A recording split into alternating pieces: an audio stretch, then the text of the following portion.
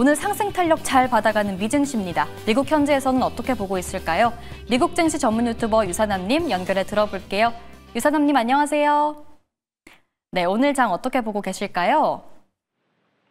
네, 오늘 같은 경우는 연준의 금리 인하 결정에 대한 긍정적인 분위기가 이어지면서 증시가 한 주를 강세로 마무리할 준비를 하고 있다고 할 수 있을 것 같습니다. 일단 특히 주목할 만한 점은 중소형 중심의 러셀 2000 지수인데요. 장중 한때 사상 최고치를 경신하면서 시장의 폭넓은 강세 분위기를 보여주고 있고요. 러셀 2000 지수는 이번 주에만 3%가량 급등하면서 7주 연속 상승이라는 기록을 향해 가고 있습니다. 여기에 추가적으로 애플 같은 경우 오늘의 주가를 견인하고 있는 주식 중 하나라고 할 수 있을 것 같은데요.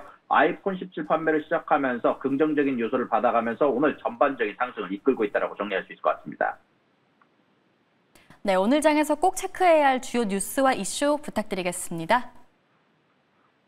네, 일단 오늘 같은 경우는 좀 이따가 정확히 말하자면 이미 시작한 미국과 중국 사이의 정상통화가 이미 진행 중이고요. 조금 이따가 결과가 나오는 대로 주식시장에 영향을 줄 요소가 될 수 있다고 말씀드릴 수 있을 것 같습니다. 그러고 나서는 메리 데일리 총재의 연설이 예정되어 있고요. 그리고 CFTC 투기적 순포지션에 대한 발표가 예정되어 있으며 그러고 나서는 중국의 대출 우대금리 발표가 있을 예정입니다. 자, 그런 가운데 안에서 오늘 주요 뉴스들을 여러분들하고 한번 살펴보도록 하겠습니다. 현재 장기 채권 금리가 전반적으로 튀어오르고 있는 가운데 안에서 일본이 아마 영향을 주고 있는 것으로 보이고 있습니다. 오늘 회의에서 정책금리를 연 0.5%로 동결이 됐는데요. 주목할 만한 점은 바로 표결 결과입니다.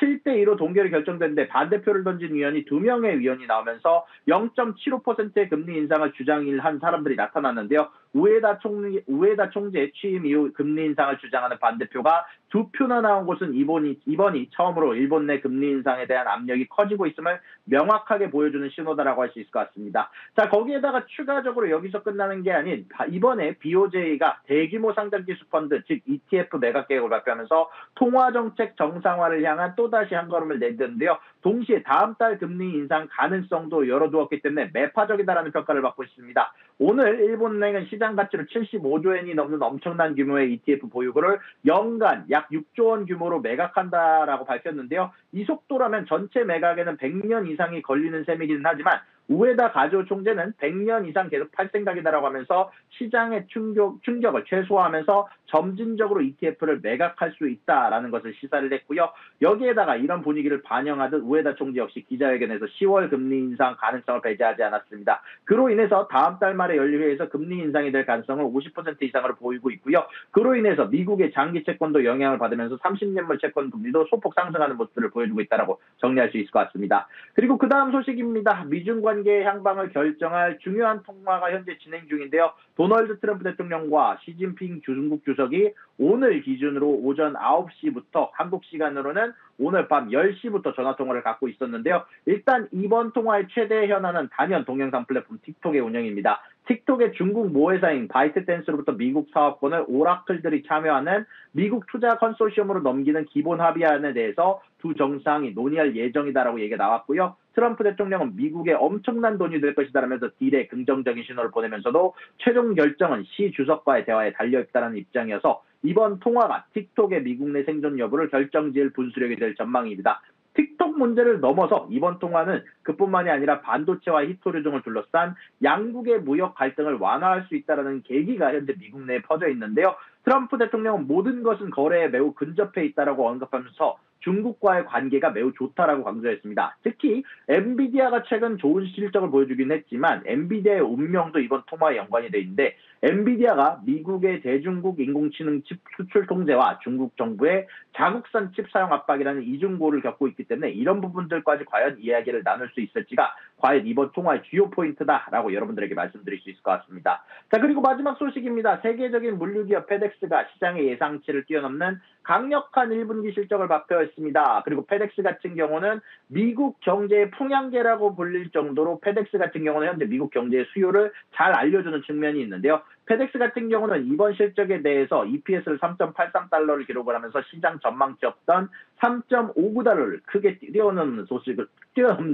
EPS를 보여줬습니다. 매출 역시 전년 동기 대비 3%가량 증가한 222억 달러로 3년 만에 가장 높은 분기별 성장률을 기록하면서 월가의 예상을 뛰어넘었는데요. 결국 이런 부분들은 여태까지 아직까지는 미국의 경제 수요가 뛰어남을 보여주는 부분이다라고 말씀드릴 수 있을 것 같고요.